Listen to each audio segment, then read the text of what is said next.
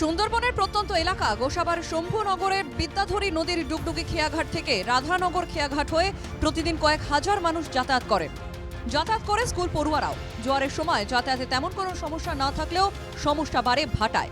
কারণ বিদ্যাধরীতে রয়েছে কুমিরের ভয়, তাই ভাটার সময় প্রাণ হাতে নিয়েই যাতায়াত করতে হয় এলাকার বাসিন্দাদের।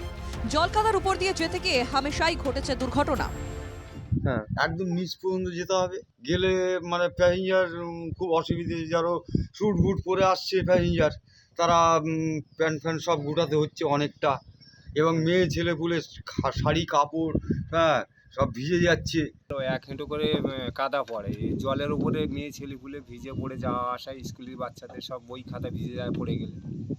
মানে এটা কি প্রশাসনকে জানানো হয়েছিল? হ্যাঁ, প্রশাসন এমএলএ সবাই দেখে গেছে। কোনো সমস্যার সমাধান হয়? সমস্যার সমাধান ওই এসে বলে হ্যাঁ করে দেবো, আমরা রিপোর্ট করছি, ওই শুধু বলে চলে যায়।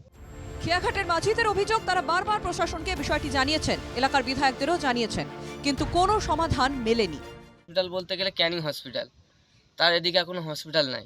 তো এতগুলো মানুষের এতটা, এই যে 14টা অঞ্চলের ভিতরে 5টা অঞ্চলের মানুষ এই রাস্তা দিয়ে যাতায়াত করে, তো এই জায়গাটা অটোমেটিকলি কাদা, তো এরকমভাবে কষ্ট করেই যাতায়াত করতে হয়। এটা আমাদের এমএলএ সাহেব যে মাননীয় সুব্রত মণ্ডলকে জানানো হয়েছে। গোসাবায় বিদ্যাধরী নদীর উপর সেতু না হওয়ায় শাসক দল তৃণমূল এবং প্রশাসনের বিরুদ্ধে সুর চড়িয়েছে বিরোধীরা।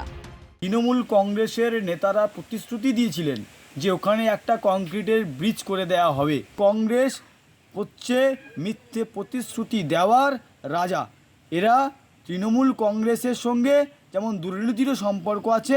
একমাত্র লক্ষ্য হলো 100 দিনের কাজের টাকা, নদীর চর দখল করা, সাধারণ মানুষের ট্যাক্সের টাকা, করের টাকা, সেই টাকা আত্মসাৎ করা, কাটমানি খাওয়া। এটাই হচ্ছে তৃণমূলের সাথে আসল নেতা নেত্রী জনপ্রতিনিধিদের কাজ। এরা সাধারণ মানুষের পরিষেবা পৌঁছে দেওয়ার যে ব্যবস্থা, সেই ব্যবস্থা কখনো এরা এসব নিয়ে মাথা ঘামায়নি। মানুষের সমস্যার কথা মানছে শাসক দলও, তবে তাদের দাবি, এলাকার বিধায়ক বিষয়টি মুখ্যমন্ত্রীকে জানিয়েছেন, খুব শীঘ্রই মিটে যাবে সমস্যা। বিষয়টা নিয়ে শম্ভুনগর গ্রাম পঞ্চায়েত এবং স্থানীয় বিধায়কের আমরা দৃষ্টি আকর্ষণ করেছি, ওখানে যাতে তাৎক্ষণিক কোনো ব্যবস্থা নেওয়া যায়। এটা সত্যিকারে মানুষের একটা সমস্যা বা অসুবিধার সম্মুখীন হতে হচ্ছে মানুষকে।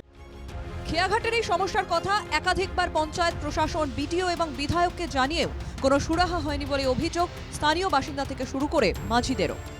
তবে তাদের দাবি, এই যে ডুগডুগি ঘাট থেকে রাধানগর যে খেয়াঘাট রয়েছে, এখানে এটা কংক্রিটেড ব্রিজ করে দেওয়া হোক, তাদের এটা দাবি। তবে এই দাবি কবে সম্পূর্ণভাবে রূপে পরিণত হয় সেদিকে তাকিয়ে রয়েছে গোটা সুন্দরবনবাসী। দক্ষিণ 24 পরগনা জেলা থেকে সৌরভ বিশাল, NKTV বাংলা।